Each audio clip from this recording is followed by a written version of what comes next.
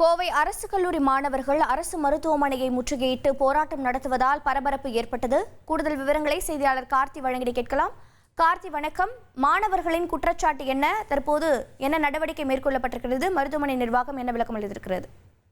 வணக்கம். அரசு மருத்துவமனையில் கடந்த 3 நாட்களாக சாலை விபத்தில் சிக்கிய மாணவருக்கு முறையான சிகிச்சை கொடுக்காதனால மாணவர் உயிரிழந்திருப்பதாகவும், அதே சமயம் சிகிச்சை அளிப்பதற்காக செவிலியர்களும் காவலர்களும் லஞ்சம் வாங்கியதாகவும், அரசு மருத்துவமனையில் எந்த விதமான மாத்திரை மற்றும் பொருட்கள் வெளியிருந்து வாங்கிட்டு கொடுத்ததாகவும் மாணவர்கள் பல்வேறு குற்றச்சாட்டுகளை முன்னிறுத்தி 100க்கும் மேற்பட்டோர் அரசு மருத்துவமனையில் திரண்டதால் சலசலப்பு ஏற்பட்டது.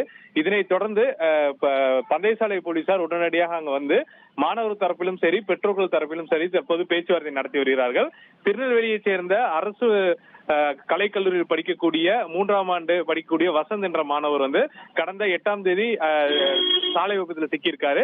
அவருக்கு சிகிச்சை கொடுத்ததுதான் சரியான சிகிச்சை கொடுக்காத காரணத்தினால் அவர் உயிரிழந்திருக்கார் என்ற குற்றச்சாட்டு வைத்து மாணவர்கள் திரண்டு போராட்டத்தில் ஈடுபட்டதால் சலசலப்பு ஏற்பட்டது. தொடர்ந்து தற்போது பேச்சுவார்த்தை நடத்தி இது தொடர்பாக விசாரணை நடத்தி வருகிறார்கள்.